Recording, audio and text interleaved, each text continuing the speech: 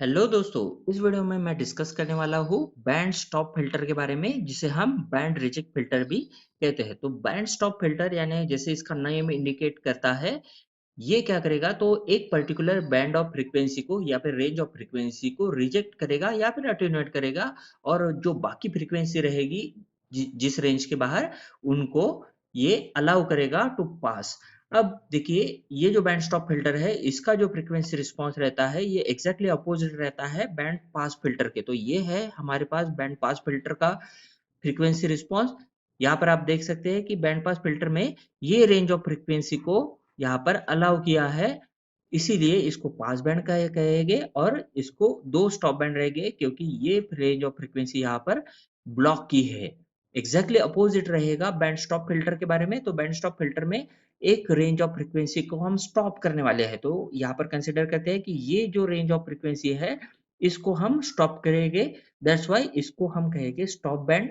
और जो remaining frequency रहेगी इसको हम अलाउ करेंगे। तो ये जो रेंज ऑफ फ्रीक्वेंसी है इसको अलाउ करने वाले हैं, दैट्स वाई इसको कहते हैं हम पास बैंड। अब देखिए दोस्तों, ये जो फ्रीक्वेंसी रिस्पॉन्स है, अगर आपने frequency response of high pass filter और लो पास फिल्टर देखा है, तो ये रेंज ऑफ फ्रीक्वेंसी जो रहती है यहाँ पर, ये रहेगी एक, ये जो फ्रीक्वेंसी रिस्पॉन्स रहेगा ये रहता है एक लो पास फिल्टर का frequency response.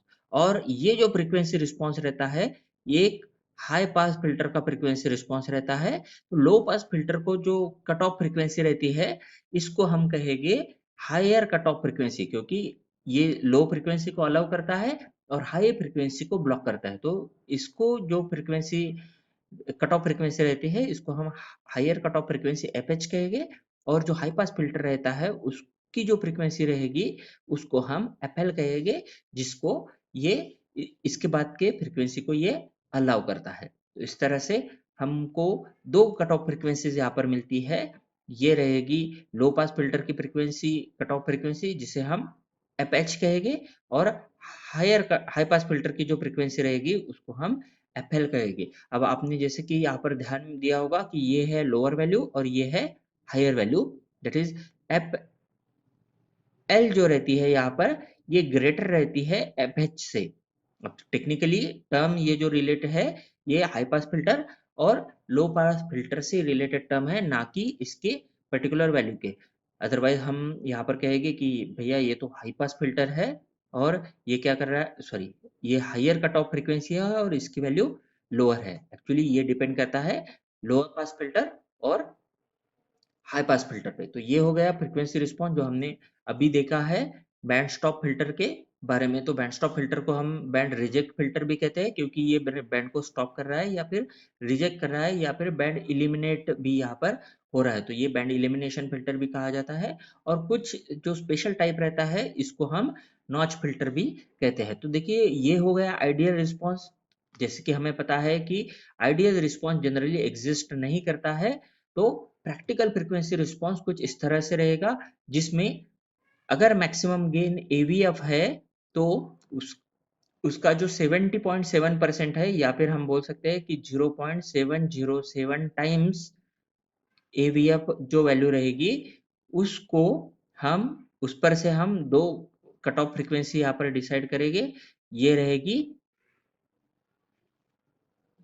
F H, that is higher cut off frequency, जो कि है एक लो पास फिल्टर की फ्रीक्वेंसी, और हाई पास फिल्टर की जो फ्रीक्वेंसी रहेगी कट ऑफ फ्रीक्वेंसी, उसको हम कहेंगे lower cut off frequency FL. Condition हमें पता है कि यहाँ पर एफएल जो रहती है वो ग्रेटर देन रहती है एफएच। तो ये हो गया practical frequency response band stop filter के बारे में।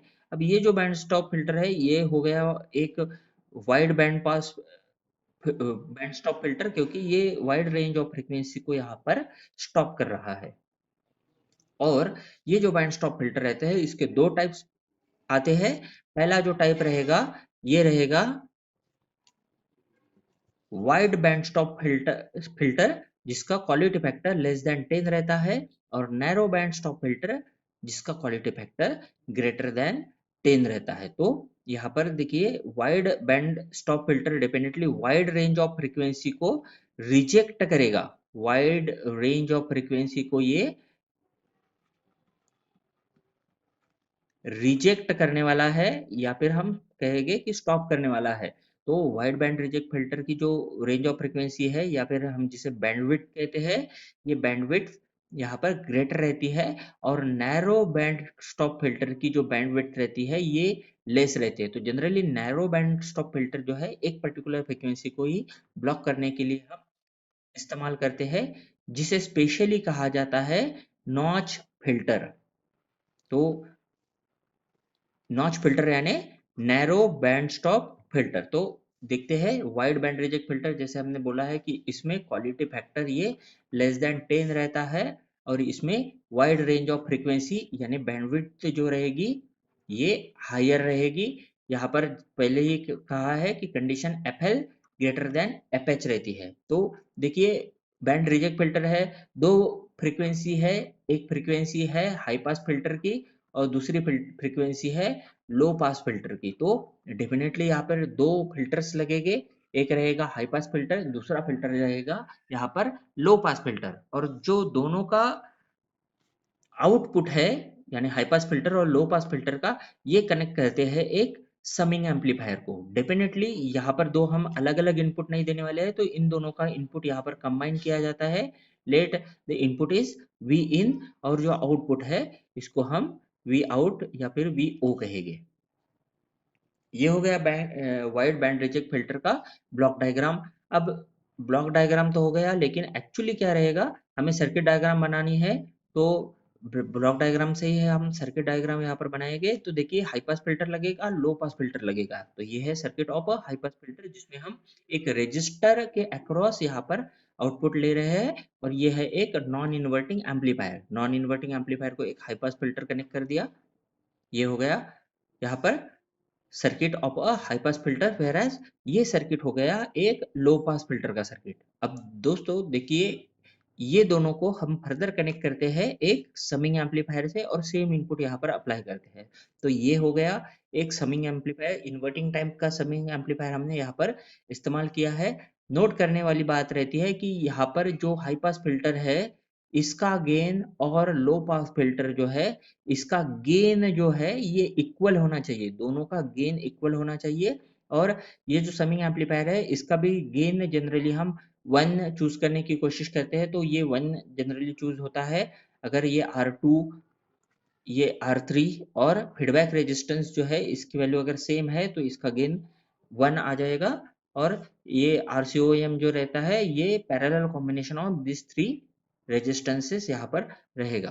तो ये है वाइड बैंड रिजेक्ट फिल्टर।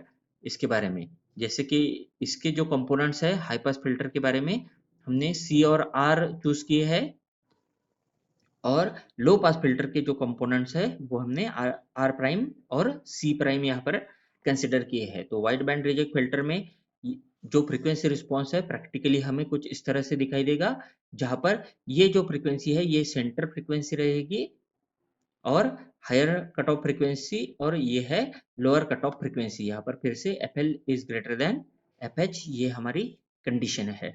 अब देखिए दोस्तों इसी बेसिस पे हम कहेंगे, जैसे हमने प्रीवियसली कंडीशन ही बताई दी है कि gain of low pass filter और gain of high pass filter should be equal. और इसके साथ साथ जो एफ एल है it can be calculated by using formula 1/2πRC, और एफ एच जो है इसे हम कैलकुलेट करते हैं 1/2πR डैश सी डैश या फिर 1/2πR प्राइम सी प्राइम, जो भी हम इसे कहेंगे वो। तो ये जो फॉर्मूला हो गया ये हो गया लोअर कट ऑफ फ्रीक्वेंसी और हायर कट ऑफ फ्रीक्वेंसी के बारे में। इसके बाद आती है सेंटर फ्रीक्वेंसी, जिसे हम रेजोनेंट फ्रीक्वेंसी भी कहते हैं। तो सेंटर फ्रीक्वेंसी का जो फॉर्मूला है वो है F C equals to under root of F L into F H.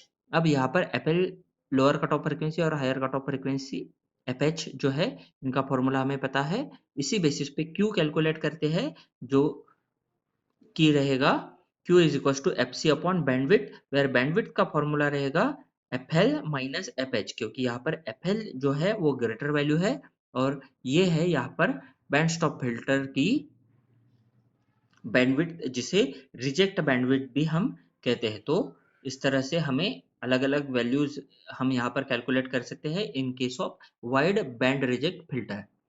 अब नेक्स्ट जो फिल्टर है ये है नैरो बैंड रिजेक्ट फिल्टर या फिर जिसे हम नॉच फिल्टर भी कहते हैं। तो नॉच फिल्टर के केस में Q जो रहता है यानी क्वालिटी फैक्टर ये ग्रेटर देन 10 रहता है और यहाँ पर नॉच फिल्टर जनरली हम इस्तेमाल करते हैं to eliminate a single frequency. अब सिंगल फ्रीक्वेंसी हमें रिजेक्ट करने की जरूरत क्या पड़ती है, तो जनरली सिंगल फ्रीक्वेंसी जो रहती है ये हम रिजेक्ट करते हैं अगर पावर लाइन का हमिंग साउंड अगर हमें आता है। तो हमें पता है कि पावर लाइन यानी हमारा जो पावर सप्लाई है इसकी फ्रीक्वेंसी 50 हर्ट्ज रहती है और कुछ कंट्रीज के बारे में ये 60 हर्ट्ज रहती है। तो ये पर्टिकुलर रेंज ऑफ फ्रीक्वेंसी अगर हमें रिजेक्ट करनी है तो हमें उस केस में नैरो बैंड रिजेक्ट फिल्टर इस्तेमाल करना पड़ता है।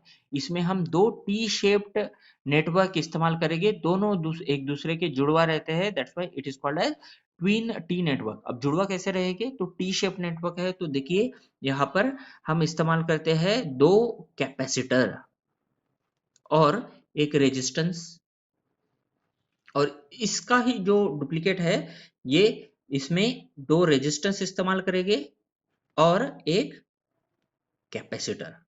तो इस तरह से हमें ट्विन टी नेटवर्क मिलते हैं। इस टाइप के जो नेटवर्क रहते हैं इसको टी नेटवर्क कहते हैं। तो ये है इसका सर्किट डायग्राम, यहाँ पर आप देख सकते हैं कि ये है एक टी नेटवर्क जो कि यहाँ पर दिख रहा है हमें, जिसमें सी ये जो कैपेसिटर है इनकी वैल्यू और रेजिस्टेंस जो है इसकी वैल्यू है R/2 और ये जो रेजिस्टेंस है इसकी वैल्यू है R और यहाँ पर ये है ट्वाइस C। तो इस तरह से इनकी वैल्यू सिलेक्ट करते हैं और ये जो रिस्पेक्टिव टर्मिनल है इनको हम उसी तरह से कनेक्ट करते हैं।